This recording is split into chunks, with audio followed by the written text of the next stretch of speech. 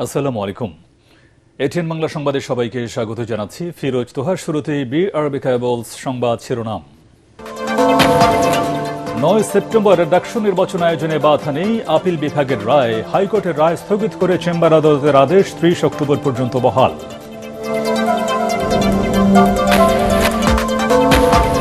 নির্বাচনকে সামনে রেখে ঢেলে সাজানো হচ্ছে মাঠ প্রশাসন, জানালেন জনপ্রশাসন সচিব। তফসিলের পর ডিসি, এসপি, ইউএনওদের বদলি, ৪,০০০ এএসআই নিয়োগের সিদ্ধান্ত।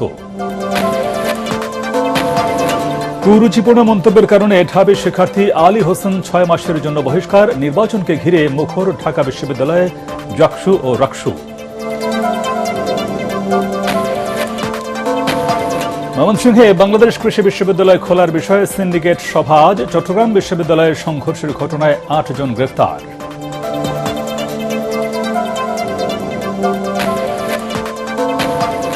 এবং জুলাই গণঅভ্যুত্থানে মানবতা বিরোধী অপরাধের মামলায় সাবেক আইনজীবী চৌধুরী মামুনকে কাল জেরা করবেন শেখ হাসিনার রাষ্ট্রনিযুক্ত আইনজীবী।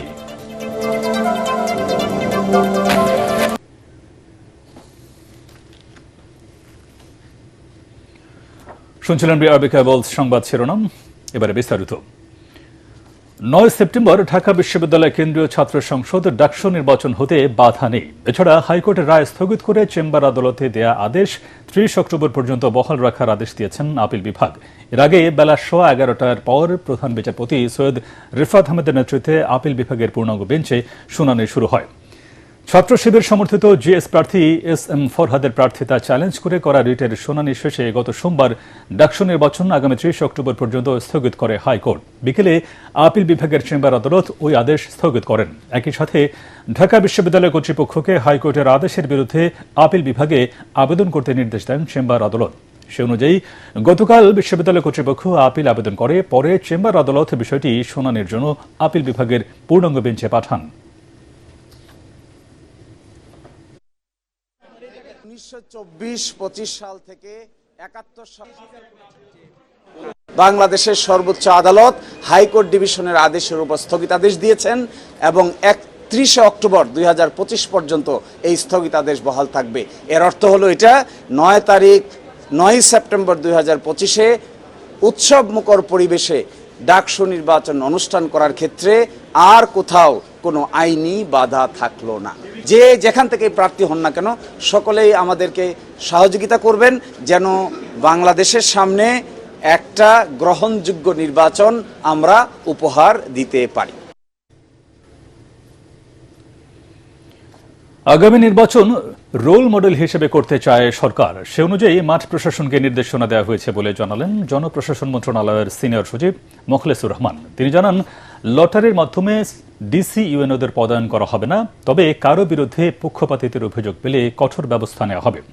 সচিব জানান, গত ৩টি নির্বাচনের বদনাম থেকে বেরিয়ে আসতে চায় সরকার। এদিকে নির্বাচন সামনে রেখে ৪,০০০ এসআই নিয়োগ দেওয়া হবে বলে জানান আইজিপি বাহারুল আলম। এর মধ্য থেকে ২,০০০ সরকারি, বাকি ২,০০০ পদোন্নতির মাধ্যমে ২,০০০ সরাসরি, বাকি ২,০০০ পদোন্নতির মাধ্যমে জেলা ভিত্তিক কনস্টেবল নিয়োগ চলছে বলেও জানান তিনি। সচিবালয়ে এসব কথা বলেন তারা।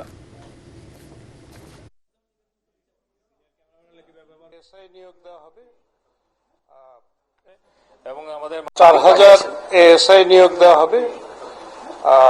এর মধ্যে 50% হবে সরাসরি আর 50% হবে পদোন্নতির মাধ্যমে। তো সেই প্রক্রিয়ায় আমরা জনপ্রশাসন মন্ত্রণালয়ে আজকে এসেছিলাম। ওই বিধিটা যেটা তৈরি হচ্ছে ওইখানে মাইনর কিছু সংশোধনী দরকার ছিল, তো আমরা সেটা করে দিচ্ছেন, যার জন্য আমাদের এই রিক্রুটমেন্টের পথটা একটু সুগম হলো। রিটার্নিং অফিসার কারা হচ্ছে এটা পুরো নির্ধারিত হবে তফসিল ঘোষণার পর।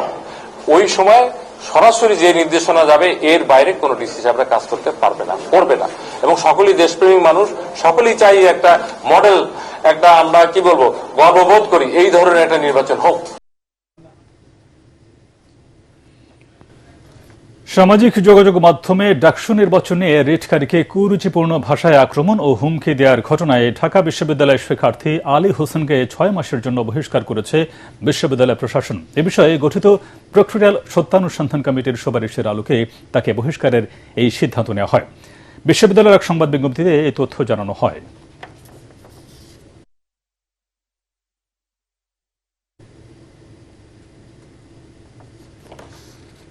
প্রচার প্রচারণায় মুখর ঢাকা বিশ্ববিদ্যালয়ে ছাত্র সংসদ নির্বাচন।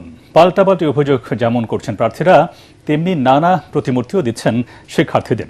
এদিকে আপিল বিভাগের রায়কে স্বাগত জানিয়েছেন সব প্রার্থী।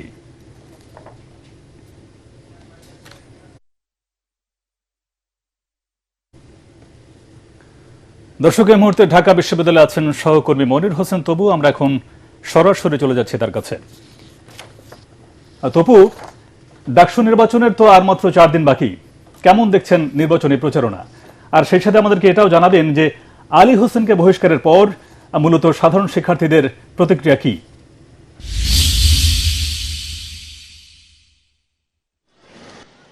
ধন্যবাদ তোহা। আপনাকে জানিয়ে রাখি, ডাকসু নির্বাচনকে কেন্দ্র করে যেমনটা তফসিল ঘোষণার পর থেকে ক্যাম্পাস জুড়ে যে একটি উৎসবের পরিবেশ বিরাজ করছে, সেই পরিবেশ কিন্তু এখনও রয়েছে। তবে নির্বাচনের বিষয়ে আদালতের যে প্রথম যে স্থগিতের বিষয়ে যে রায় এসেছিল, পরবর্তীতে কিছুটা ফাটা পড়েছিল। তবে তাৎক্ষণিকভাবে শিক্ষার্থীরা ঐক্যবদ্ধভাবে এই ক্যাম্পাস জুড়ে যে সংগ্রাম করেছে। পরবর্তীতে একই সাথে যে আজ যে আপিল বিভাগের যে চূড়ান্ত রায় আসলো যে ডাকসু নির্বাচনে যে বাধা নেই, এর পরপরই আমরা দেখেছি যে শিক্ষার্থী সহ যারা এই ডাকসু নির্বাচনে, কেন্দ্রীয় সংসদ নির্বাচনে যে 28টি পদে যারা বিভিন্ন প্রার্থী যারা লড়ছেন, বিভিন্ন প্যানেলে অনেকে লড়ছেন, অনেকে স্বতন্ত্র হিসাবে লড়ছেন, সবার মধ্যে একটি উৎসবের আমেজ রয়েছে। সবাই আমরা দেখেছি যে যে যার মতন তারা চেষ্টা করছেন শিক্ষার্থীদের কাছে যাওয়ার জন্য এবং তাদের যে লিফলেট এবং ব্যালট নম্বর সহ শিক্ষার্থীদেরকে নানা প্রতিশ্রুতি দেওয়ার চেষ্টা করছেন। এবং সাধারণ যারা শিক্ষার্থী রয়েছেন তারাও আমরা দেখছি যে ক্যাম্পাসে যে সাধারণ যে শিক্ষা কার্যক্রম রয়েছে, সেই শিক্ষা কার্যক্রমের পাশাপাশি তারা বিভিন্ন স্থানে তারা জড়ো হচ্ছেন এবং বিভিন্ন ক্যালকুলেশনে তারা বসছেন যে কাকে ভোট দিবেন, এই বিষয় নিয়ে তারা আলোচনা চলছেন। তবে সাধারণ শিক্ষার্থীরা বারবার একটি বিষয়ে আমাদেরকে শুরু থেকে যেমনটা জানানোর চেষ্টা করেছেন যে এবারের ডাকসু নির্বাচনটা অত্যন্ত সুন্দর পরিবেশের মধ্যে অনুষ্ঠিত হতে চলছে, কেননা কোনো ধরনের প্রেশার গ্রুপ এখানে নেই। যে যার মতন নির্বাচনী প্রচারণা চালানো সম্ভব হচ্ছে এবং শিক্ষার্থী যারা রয়েছেন শুধু ক্যাম্পাসে নয়, যারা হলে যারা রয়েছেন সাধারণ শিক্ষার্থী, তারাও বলার চেষ্টা করছেন যে তারা খুব স্বাচ্ছন্দ্যে তাদের যে মতামত রয়েছে সেগুলো দিতে পারছেন এবং যে যার মতামত দিচ্ছেন। তবে এখন পর্যন্ত এই ডাকসু নির্বাচনে যেহেতু 9 সেপ্টেম্বর অনুষ্ঠিত হবে, সেক্ষেত্রে এখন পর্যন্ত কোনো ধরনের আর যেহেতু বাধা নেই, তো শিক্ষার্থীরা বারবার বলার চেষ্টা করছেন তারা চেষ্টা করবেন যারা এই ঢাকা বিশ্ববিদ্যালয়ের উন্নয়নে যারা কাজ করবেন এবং শিক্ষার্থীদের উন্নয়নে এবং একটি নিরাপদ ক্যাম্পাস গঠনে যারা কাজ করবেন তাদেরকেই তারা বেছে নেবেন। তবে এই নির্বাচনকে যে স্থগিতের যে ঘটনায় যে রিটকারী যে নারী শিক্ষার্থী রয়েছে তার বিষয়ে যে সামাজিক যোগাযোগ মাধ্যমে যে কুরুচিপূর্ণ যে বক্তব্য দেওয়া হয়েছিল, যে শিক্ষার্থী এরকম একজন অভিযুক্ত যে শিক্ষার্থী রয়েছেন আলী হোসেনের বিরুদ্ধে বিশ্ববিদ্যালয়ের প্রক্টোরিয়াল বডি এরই মধ্যে ব্যবস্থা নিয়েছেন। তাকে এরই মধ্যে তার যে শিক্ষার্থী আলী হোসেনকে এরই মধ্যে 6 মাসের জন্য বহিষ্কার করা হয়েছে। এই বিষয়ে আমরা সাধারণ শিক্ষার্থীদের সাথে কথা বলার চেষ্টা করেছি। তারা বলেছেন এই বিষয়টাকে তারা সাধুবাদ জানিয়েছেন এবং 9 সেপ্টেম্বর অবধি যেহেতু আর অল্প কিছুদিন বাকি, মাত্র 4 দিন বাকি, এবং 7 তারিখ রাত 11টা পর্যন্ত তারা প্রচারণা চালাতে পারবেন। সেজন্য তারা বলছেন যে একটি সুন্দর পরিবেশের মধ্যে এই নির্বাচন যাতে অনুষ্ঠিত হয়, সেজন্য আমরা দেখেছি কিছুক্ষণ আগে চিফ রিটার্নিং কর্মকর্তা অধ্যাপক জসিমউদ্দিনের সাথে ছাত্রদলের যারা মনোনীত প্যানেল যারা ছিলেন তারা ভিপি প্রার্থী সহ জিএস প্রার্থীরা কিছুক্ষণ আগে তারা সিনেট ভবনে তারা বৈঠক করেছেন। ছাত্রদলের পক্ষ থেকে বারবার বলার চেষ্টা করা হচ্ছে অবাধ, সুষ্ঠু এবং নিরপেক্ষ পরিবেশের মধ্যে দিয়েই যাতে ডাকসু নির্বাচন অনুষ্ঠিত হয়, সেজন্য নির্বাচন কমিশনের প্রতি তারা আহ্বান জানিয়েছেন। জি তোহা, এই ছিল আমার কাছে ডাকসু নির্বাচন নিয়ে সবশেষ খবর। জি তপু, আপনাকে ধন্যবাদ। জাহাঙ্গীরনগর বিশ্ববিদ্যালয়ের ক্যাম্পাসে এখন শুধুই নির্বাচনী উত্তাপ। ছাত্র ছাত্রী, প্রার্থী, সমর্থক সবাই মেতে উঠেছেন প্রচারণায়। ছাত্রদল, ছাত্র শিবির, বামপন্থী জোট, স্বতন্ত্র প্রার্থী সবাই চাইছেন শিক্ষার্থীদের সমর্থন।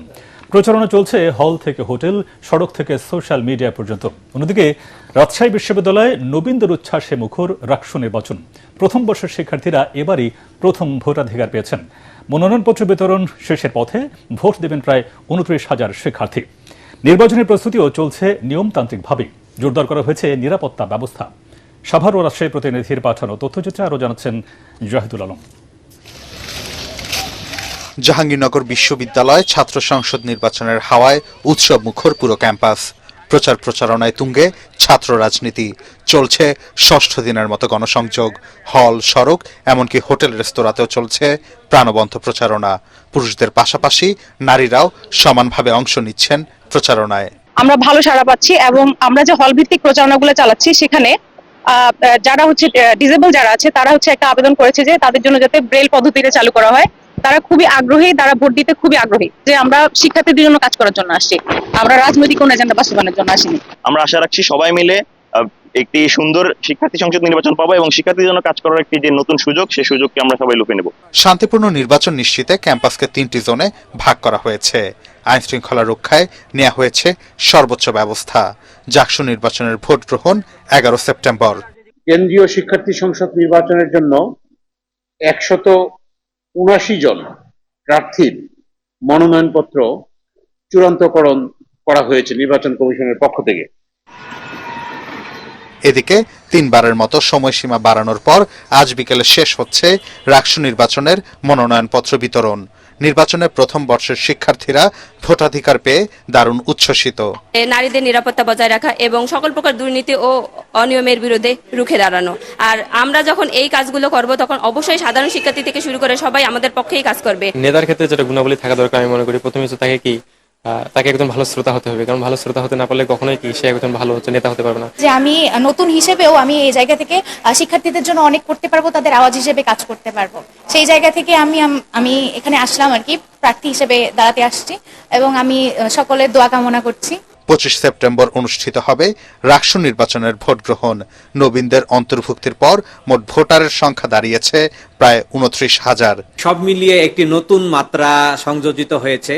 একটি আনন্দঘন পরিবেশে আমাদের মাঝে নির্বাচনের যে নতুন আমাদের একটা পরিবেশ তৈরি হয়েছে, এর মধ্য দিয়ে রাকসুকে আরো সুন্দর, আরো বেশি অংশগ্রহণমূলক, আরো বেশি সৌন্দর্যমণ্ডিত করার ক্ষেত্রে এই ফার্স্ট ইয়ারের অন্তর্ভুক্তি কাজ করবে বলে আমরা দৃঢ়ভাবে বিশ্বাস করি। বিশ্ববিদ্যালয়ের নতুন নেতৃত্ব নিয়ে 2 ক্যাম্পাসে নির্বাচনী আমেজ। নতুন প্রত্যাশার এই নির্বাচন শুধু ক্যাম্পাসের ভোট নয়, দেশের ভবিষ্যৎ নেতৃত্ব গড়ে ওঠার প্রস্তুতি। জাহিদুল আলম, এটিএন বাংলা। ময়মনসিংহে অবস্থিত বাংলাদেশ কৃষি বিশ্ববিদ্যালয় ও হল খোলার বিষয়ে সিন্ডিকেটের জরুরি সভা আজ অনুষ্ঠিত হবে। বিশ্ববিদ্যালয়ের ছাত্র বিষয়ক উপদেষ্টা প্রফেসর ডক্টর শহীদুল হক একথা জানান। এর আগে গতরাতে বাংলাদেশ কৃষি বিশ্ববিদ্যালয়ের উদ্ভূত পরিস্থিতি নিয়ে আন্দোলনরত শিক্ষার্থী ও বিশ্ববিদ্যালয়ের শিক্ষকদের মধ্যে দীর্ঘ সময় আলোচনা হয়। আলোচনায় শিক্ষকরা দাবি মেনে নেয় সকল কর্মসূচি প্রত্যাহার করে শিক্ষার্থীরা। কম্বাইন্ড ডিগ্রি প্রদানের দাবিতে দীর্ঘদিন ধরে আন্দোলন করে আসছে বিশ্ববিদ্যালয়ের 2টি অনুষদের শিক্ষার্থীরা। এ বিষয়ে 31 আগস্ট রাতে শিল্পাচার্য জয়নুল আবেদিন মিলনায়তনে একাডেমিক কাউন্সিল চলাকালে উপাচার্য সহ 2 শতাধিক শিক্ষককে অবরুদ্ধ করে রাখে আন্দোলনকারীরা। এরপর বিশ্ববিদ্যালয় অনির্দিষ্টকালের জন্য বন্ধ ঘোষণা করা হয়। যেহেতু হলটা বন্ধ করা হয়েছে সিন্ডিকেটের সিদ্ধান্তের মধ্য দিয়ে, কাজেই সেটা কালকে সিন্ডিকেট মিটিং করে সিদ্ধান্ত আসবে, কিন্তু আনঅফিশিয়ালি আমরা তাদেরকে বলছি তোমরা হলে থাকো, কোনো সমস্যা নেই। যদি কম্বাইন্ডের যে বিষয়টি রয়েছে সেটা সমাধান চলে আসে, আমরা ইনশাল্লাহ আমরা আমাদের কাছে ফিরে যাব। কিন্তু যদি আমাদের কোনো সমাধান না আসে, তাহলে আমরা আমাদের মতো করে আবার কর্মসূচিতে ফিরতে বাধ্য। শিক্ষার্থীদের সঙ্গে স্থানীয় গ্রামবাসীর সংঘর্ষের ঘটনায় এ পর্যন্ত 8 জনকে গ্রেফতার করেছে পুলিশ। এর আগে শিক্ষার্থীদের সাথে স্থানীয় গ্রামবাসীদের সংঘর্ষের কারণ, ক্ষয়ক্ষতি নিরূপণ ও এই ঘটনায় জড়িতদের চিহ্নিত করতে বিচার বিভাগীয় তদন্ত কমিটি গঠনের জন্য সরকারকে অনুরোধ জানায় চট্টগ্রাম বিশ্ববিদ্যালয় প্রশাসন। মঙ্গলবার বিশ্ববিদ্যালয়ের জরুরি সিন্ডিকেট শেষে রাতে ভারপ্রাপ্ত রেজিস্ট্রার সাইফুল ইসলাম জানান, সভায় সংঘর্ষে আহত শিক্ষার্থীদের উন্নত চিকিৎসা নিশ্চিত করা, আহতদের পূর্ণাঙ্গ তালিকা প্রকাশ, শিক্ষার্থীদের নিরাপত্তার জন্য ক্যাম্পাস এলাকায় মডেল থানা ও নিরাপত্তা চৌকি স্থাপন করা, যেসব ভবন বা কটেজে শিক্ষার্থীরা থাকেন সেসব ভবন ও কটেজের মালিকদের সঙ্গে আলোচনা করে বাসা ভাড়া কমানো এবং শিক্ষার্থী ও মালিকদের মধ্যে সমস্যা সমাধানের কার্যকর ব্যবস্থা নেওয়া সহ মোট 13টি সিদ্ধান্ত নেওয়া হয়েছে। এর মধ্যে ওই সংঘর্ষের ঘটনায় 98 জনের নাম উল্লেখ ও অজ্ঞাত 1000 জনকে আসামি করে হাটহাজারী থানায় মামলা করেছে বিশ্ববিদ্যালয় প্রশাসন। এছাড়া সংঘর্ষের দিন নিরাপত্তা দফতরের অস্ত্রাগার থেকে অস্ত্র লুটের ঘটনায় একটি সাধারণ ডায়েরি করা হয়েছে। আহত সকল শিক্ষার্থীর উন্নত চিকিৎসার ব্যবস্থা করা এবং ব্যয়ভার বহন বিশ্ববিদ্যালয় কর্তৃক বহন করার সিদ্ধান্ত গৃহীত হয়। উদ্ভূত ঘটনায় আহত শিক্ষার্থীদের একটি তালিকা প্রস্তুতের সিদ্ধান্ত গৃহীত হয়। সাধারণ শিক্ষার্থীদের নিরাপত্তা বিধানের স্বার্থে দ্রুততম সময়ের মধ্যে একটি মডেল থানা স্থাপন, রেলগেটে নিরাপত্তা চৌকি স্থাপন এবং বিশ্ববিদ্যালয় শাটল ট্রেনের নিরাপত্তা নিশ্চিতে ব্যবস্থা গ্রহণের সিদ্ধান্ত গৃহীত হয়। দেশে অর্থনৈতিক রাজনৈতিক স্থিতিশীলতার জন্য ঘোষিত সময়ের মধ্যে জাতীয় নির্বাচনের কোনো বিকল্প নেই বলে দাবি করেছেন বিএনপির স্থায়ী কমিটির সদস্য আমির খসরু মাহমুদ চৌধুরী। রাজধানীর একটি হোটেলে সেমিনারে তিনি বলেন, নানা দাবির আড়ালে নির্বাচনে অনিশ্চয়তা সৃষ্টির ষড়যন্ত্র চলছে। আমির খসরু বলেন, শেখ হাসিনার ফ্যাসিবাদের পতনের পর দেশের মানুষের মনে যে পরিবর্তনের আকাঙ্ক্ষা সৃষ্টি হয়েছে, রাজনৈতিক দলগুলোকে তা অনুধাবন করতে হবে। জনগণের প্রত্যাশা পূরণে বিএনপি রাষ্ট্র সংস্কারে ৩১ দফা প্রস্তাব উপস্থাপন করেছে বলে দাবি করেন নেতারা।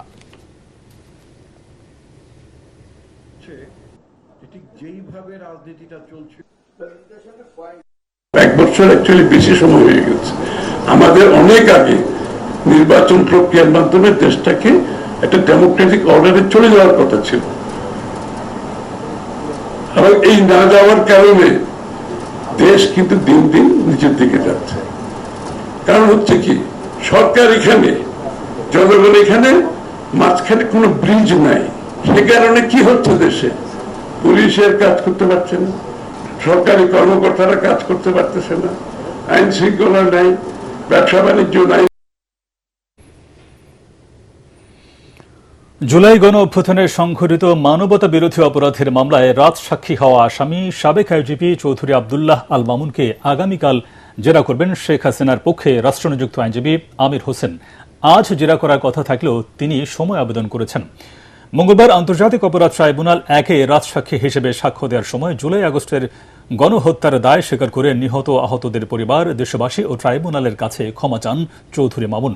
সাবেক প্রধানমন্ত্রী শেখ হাসিনা ও স্বরাষ্ট্রমন্ত্রী আসাদুজ্জামান খান কামালের নির্দেশে মারণাস্ত্র ব্যবহার করে এই নৃশংস হত্যাযজ্ঞ ঘটেছে বলেও জবানবন্দিতে জানান তিনি।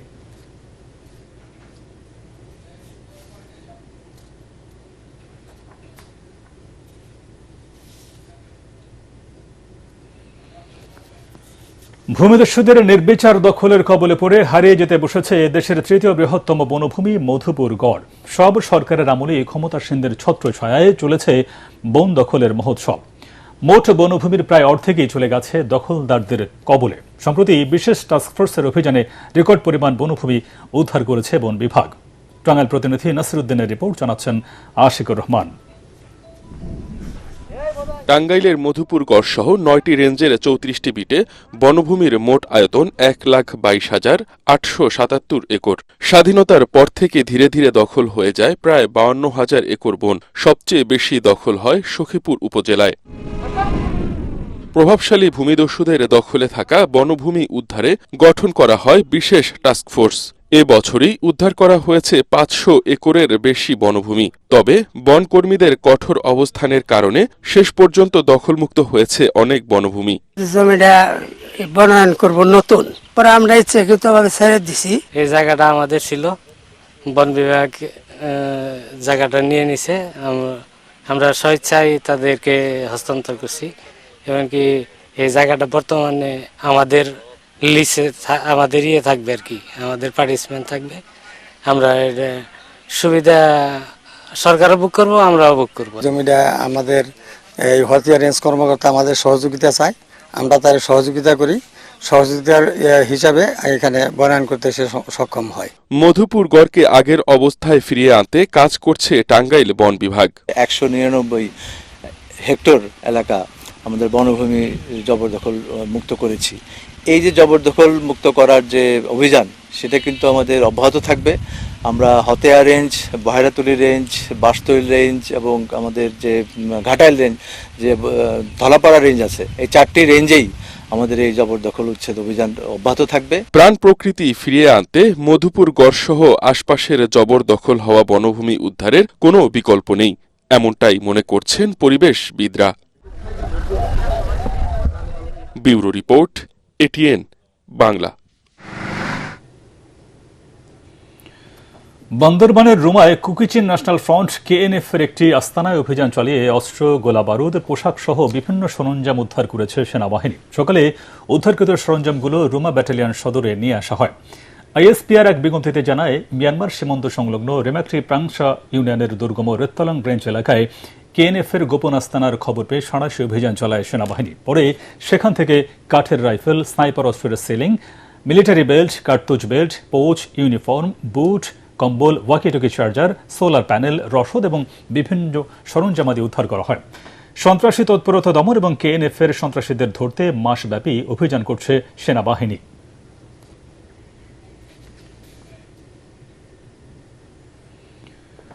পবিত্র ঈদে মিলাদুন্নবী সাল্লাল্লাহু আলাইহি ওয়াসাল্লাম উপলক্ষে রাজধানীতে উদযাপিত হল পবিত্র জুলুসে ঈদে মিলাদুন্নবী। যথাযথ ধর্মীয় ভাব গাম্ভীর্যের মাধ্যমে আঞ্জুমানে রহমানিয়া আহমদিয়া সুন্নিয়া ট্রাস্টের আয়োজনে সকালে মোহাম্মদপুর কাদেরিয়া তৈয়বিয়া কামিল মাদ্রাসা প্রাঙ্গণ থেকে বের হয় এই আনন্দ র্যালি। এতে নেতৃত্ব দেন আওলাদে রাসূল পীর বাঙ্গাল সৈয়দ মোহাম্মদ সাবের শাহ। জুলুসে অংশ নেন হাজারো ধর্মপ্রাণ সুন্নি মুসলমান। জুলুস পরবর্তী ওয়াজ মাহফিলে বক্তারা বলেন, বৈশ্বিক শান্তি শৃঙ্খলা প্রতিষ্ঠায় হযরত মুহাম্মদ সাল্লাল্লাহু আলাইহি ওয়াসাল্লামের জীবন ও আদর্শ অনুসরণের বিকল্প নেই। এ সময় উপস্থিত ছিলেন কাদেরিয়া তৈয়বিয়া কামিল মাদ্রাসার প্রিন্সিপাল মুফতি জসিমউদ্দিন আল আজহারি, ভাইস প্রিন্সিপাল আল্লামা আবুল কাশেম মোহাম্মদ ফজলুল হক সহ দেশবরেণ্য আলেমগণ। हम अपने ईमान की सलामती भी इसी में है कि हम इस अजीम दिन को हुजूर करीम सल्लल्लाहु अलैहि वसल्लम के आने को, आपकी तालीमात, आपके फयूज़ात, उसका तज़किरा करना ये एक बुनियाद है। ওমা আরসালনাকা ইল্লা রাহমাতাল লিল আলামিন। সে কারণে আমরা নবীকে পেয়ে খুশি উদযাপন করি, কারণ নবীজি আমাদের জন্য কুল কায়নাতের রহমত, এবং এটা প্রত্যেক ইমানদার মুসলমানের এই খুশি উদযাপন করা অপরিহার্য। এখানে সব আছে, মিছিল আছে, দান সদকা আছে, খাবার আছে, গরিব মিসকিন অসহায়কে দান করা আছে, কোরআন তেলাওয়াত আছে, নাত রসুল আছে। আল্লাহর হাবিবকে পেয়ে খুশি করার মাধ্যমে ইসলাম পালন করা। নারীর ক্ষমতায়ন ও রাজনৈতিক অংশগ্রহণ নিশ্চিত করতে সংসদে সংরক্ষিত আসনের পাশাপাশি সরাসরি নির্বাচনের মাধ্যমে তাদের প্রতিনিধিত্ব বাড়ানো জরুরি বলে মন্তব্য করেছেন বক্তারা। আন্তর্জাতিক সিডো দিবস উপলক্ষে রাজধানীর সিডাপ মিলনায়তনে বেসরকারি সংস্থা সামাজিক প্রতিরোধ কমিটি আয়োজিত গোলটেবিল আলোচনায় তারা এসব কথা বলেন। সংসদে নারীর কার্যকর ও ফলপ্রসূ প্রতিনিধিত্ব ও সংরক্ষিত নারী আসনে সরাসরি নির্বাচন শীর্ষক গোলটেবিল বৈঠকে অধিকার কর্মী, সংগঠক ও বিভিন্ন রাজনৈতিক দলের নেতারা বক্তব্য রাখেন। সমাজের প্রতিটি স্তরে সিদ্ধান্ত গ্রহণের জায়গায় নারীদের সম্পৃক্ততা বাড়ানোর তাগিদ দিয়ে বক্তারা বলেন, নারীর উন্নয়ন ও অধিকার নিশ্চিত করতে জাতীয় উন্নয়ন পরিকল্পনায় তাদের ভূমিকা আরও বাড়ানো প্রয়োজন। সংরক্ষিত ও সরাসরি নির্বাচনের মাধ্যমে সংসদে 1/3 প্রতিনিধিত্ব নিশ্চিত করা গেলে নারীর ক্ষমতায়ন ফলপ্রসূ হবে বলে মনে করেন বক্তারা। জাতীয় সংসদে আসন বাড়িয়ে 450 করার দাবি জানিয়ে তারা বলেন, এর মধ্যে 300 সাধারণ এবং 150টি সংরক্ষিত নারী আসন করতে হবে।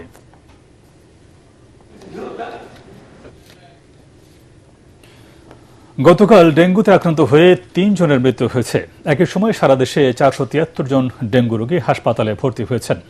স্বাস্থ্য অধিদপ্তরের হেলথ ইমার্জেন্সি অপারেশন সেন্টার ও কন্ট্রোল রুম থেকে পাঠানো ডেঙ্গু বিষয়ক এক প্রেস বিজ্ঞপ্তিতে জানানো হয়েছে, গত 24 ঘন্টায় ডেঙ্গু আক্রান্ত হয়ে হাসপাতালে ভর্তি রোগীর মধ্যে বরিশাল বিভাগে 113 জন, চট্টগ্রাম বিভাগে 81 জন, ঢাকা বিভাগে 76 জন, ঢাকা উত্তর সিটি কর্পোরেশনে 54 জন, ঢাকা দক্ষিণ সিটি কর্পোরেশনে 83 জন, ময়মনসিংহ বিভাগে 10 জন, রাজশাহী বিভাগে 48 জন, রংপুর বিভাগে 7 জন ও সিলেট বিভাগে 2 জন রয়েছেন। ডেঙ্গু ও চিকুনগুনিয়া সহ মশাবাহিত বিভিন্ন ভয়াবহ রোগের প্রাদুর্ভাব বেড়েই চলেছে। নিজেকে এবং পরিবারের সবাইকে মশা থেকে সম্পূর্ণ সুরক্ষিত রাখতে ঘরে ব্যবহার করুন এক্সপেল ন্যাচারাল অ্যারোসল, আর ঘরের বাইরে সাথে রাখুন expel natural mosquito repellent spray, যা সরাসরি ত্বকে ব্যবহার করা যায়। যে সংগঠন 71 সালে ঢাকা বিশ্ববিদ্যালয়ে ছাত্র সংঘের নামে গণহত্যা চালিয়েছিল, তাদের উত্তরসূরি ছাত্র শিবিরকে ডাকসু নির্বাচনে ব্যালটের মাধ্যমে প্রত্যাখ্যান করার আহ্বান জানিয়েছে জাতীয়তাবাদী ছাত্র দল। ঢাকা বিশ্ববিদ্যালয়ে এক ছাত্রীকে গণধর্ষণের হুমকির প্রতিবাদে সুপ্রিম কোর্টের সামনে মানববন্ধনে ছাত্রদল নেতারা এই আহ্বান জানান। ছাত্রদল সভাপতি রাকিবুল ইসলাম রাকিব ও সাধারণ সম্পাদক নাসির উদ্দিন নাসির অভিযোগ করেন, দেশের বিভিন্ন শিক্ষা প্রতিষ্ঠানে ছাত্রীদের সোশ্যাল মিডিয়া ব্যবহার করে নানাভাবে হেনস্থা করছে ছাত্র শিবির। ডাকসু নির্বাচনে স্বাধীনতা বিরোধী শক্তিকে পরাজিত করতে না পারলে ঢাকা বিশ্ববিদ্যালয়ের মাটি কখনো বর্তমান প্রজন্মকে ক্ষমা করবে না বলে মন্তব্য করেন ছাত্র নেতারা।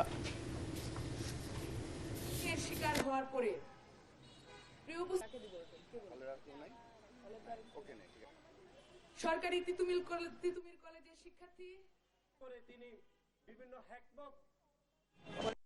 ঢাকা বিশ্ববিদ্যালয়ের সাধারণ শিক্ষার্থী বিশেষ করে নারী শিক্ষার্থীদের প্রতি আমরা উদাত্ত আহ্বান জানাবো, যে সংগঠন 1971 সালে আমার ঢাকা বিশ্ববিদ্যালয়ে যারা নির্বিচারে গণহত্যা চালিয়েছিল, সেই ছাত্র শিবিরের পূর্বসূরি যারা ছাত্র সংঘের নামে পরিচিত, তাদেরকে আপনারা আগামী 9 তারিখে ব্যালটের মাধ্যমে পরাজিত করবেন। ছাত্র শিবিরকে যদি ব্যালটের মাধ্যমে আমরা পরাজিত না করতে পারি, তাহলে ঢাকা বিশ্ববিদ্যালয়ের পবিত্র মাটি কিন্তু আমাদেরকে কখনোই ক্ষমা করবে না।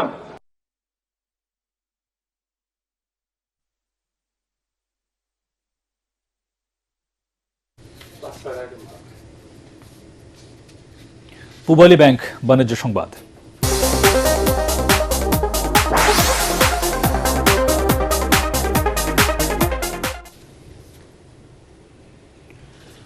সামাজিক দায়বদ্ধতার অংশ হিসেবে পূবালী ব্যাংক পিএলসির উদ্যোগে ঢাকা গভর্নমেন্ট মুসলিম হাই স্কুলে বৃক্ষরোপণ কর্মসূচি শুরু হয়েছে। কর্মসূচির উদ্বোধন করে পূবালী ব্যাংকের ঢাকা দক্ষিণ অঞ্চল প্রধান ও উপমহাব্যবস্থাপক রফিকুল ইসলাম পরিবেশ রক্ষায় সচেতনতা বৃদ্ধি ও বৃক্ষরোপণ কর্মসূচিকে আরও শক্তিশালী করার বিষয়ে গুরুত্ব আরোপ করেন। এ সময় পূবালী ব্যাংকের এই উদ্যোগের প্রশংসা করেন স্কুলের প্রধান শিক্ষিকা মাহবুবা হক। অনুষ্ঠানে ব্যাংকের সদরঘাট শাখা প্রধান ও উপমহাব্যবস্থাপক মৌসুমী রানী সাহা, জনসংযোগ কর্মকর্তা ও সহকারী মহাব্যবস্থাপক মিজানুর রহমান, পূবালী ব্যাংকের ঊর্ধ্বতর নির্বাহী এবং স্কুলের প্রাক্তন ও বর্তমান শিক্ষার্থীরা উপস্থিত ছিলেন।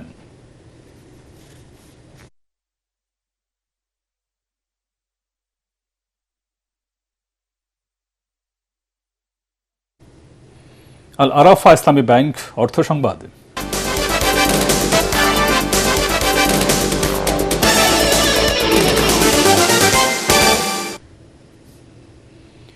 আগস্ট মাসে নিউ মোরিং কন্টেইনার টার্মিনাল এনসিটিতে 1,22,517 একক কন্টেইনার হ্যান্ডলিং করে রেকর্ড করেছে চট্টগ্রাম বন্দর।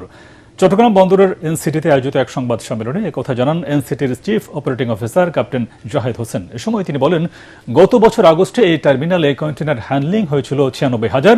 সেই হিসেবে গত বছরের আগস্টের তুলনায় কন্টেইনার হ্যান্ডলিং 27.5% বেশি বৃদ্ধি পেয়েছে। কন্টেইনার হ্যান্ডলিংয়ে প্রতিষ্ঠানটি আগস্ট মাসে পরপর 2টি মাইল ফলক অর্জন করে। গেল 31 আগস্ট এনসিটিতে একদিনে 5,061 একক কন্টেইনার হ্যান্ডলিং করে নতুন রেকর্ড করে সিডিডিএল। তিনি আশা করেন আগামী 6 মাসের মধ্যে চট্টগ্রাম বন্দরের বার্ষিক কন্টেইনার হ্যান্ডলিং সক্ষমতা 3.5 মিলিয়নে উন্নীত হবে। এবার খেলার খবর।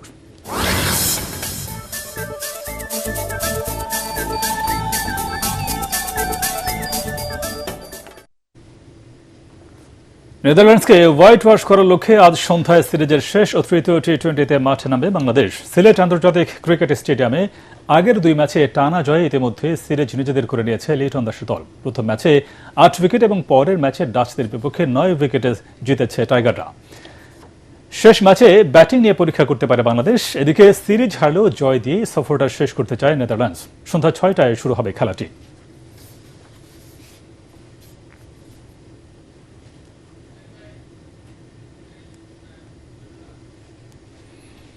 একটি ঘোষণা। এটিএন বাংলার নাম ব্যবহার করে সাংবাদিক পরিচয়ে কতিপয় ব্যক্তির বিরুদ্ধে সংবাদ সংগ্রহের নামে দেশের বিভিন্ন স্থানে চাঁদাবাজির অভিযোগ পাওয়া যাচ্ছে। এ ধরনের চাঁদাবাজ ও ভুয়া নাম ব্যবহারকারীদের নিকটস্থ থানায় সোপর্দ করার জন্য অনুরোধ জানাচ্ছে এটিএন বাংলা কর্তৃপক্ষ। এছাড়াও প্রতিষ্ঠানটিতে সাংবাদিক ও জনবল নিয়োগের ভুয়া বিজ্ঞাপন দিয়ে একটি চক্র প্রতারণা করছে। বর্তমানে এটিএন বাংলায় কোনো ধরনের নিয়োগ প্রক্রিয়া চলছে না। নিয়োগ নিয়ে কারোর সাথে আর্থিক লেনদেন না করার অনুরোধ জানাচ্ছে এটিএন বাংলা কর্তৃপক্ষ। শেষ করার আগে বিআরবি কেবল সংবাদ শিরোনাম আরেকবার। 9 সেপ্টেম্বর ডাকসু নির্বাচন আয়োজনে বাধা নেই, আপিল বিভাগের রায়। হাইকোর্টের রায় স্থগিত করে চেম্বার আদালতের আদেশে 30 অক্টোবর পর্যন্ত বহাল।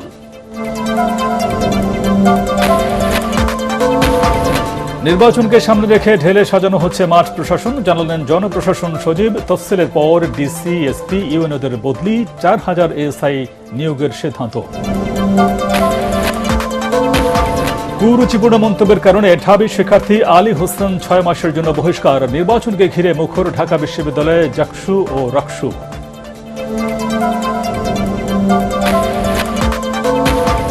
ময়মনসিংহে বাংলাদেশ কৃষি বিশ্ববিদ্যালয় খোলার বিষয়ে সিন্ডিকেট সভা আজ। চট্টগ্রাম বিশ্ববিদ্যালয়ে সংঘর্ষের ঘটনায় 8 জন গ্রেফতার।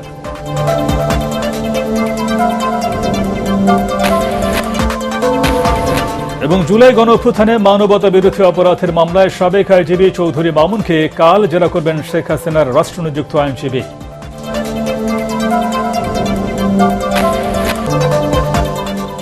পরবর্তী সংবাদ দেখার আমন্ত্রণ জানিয়ে এখনকার মতো শেষ করছি। ATN বাংলার সংবাদ ইউটিউবে দেখতে ব্রাউজ করুন youtube/ATN বাংলা নিউজ। ধন্যবাদ সবাইকে।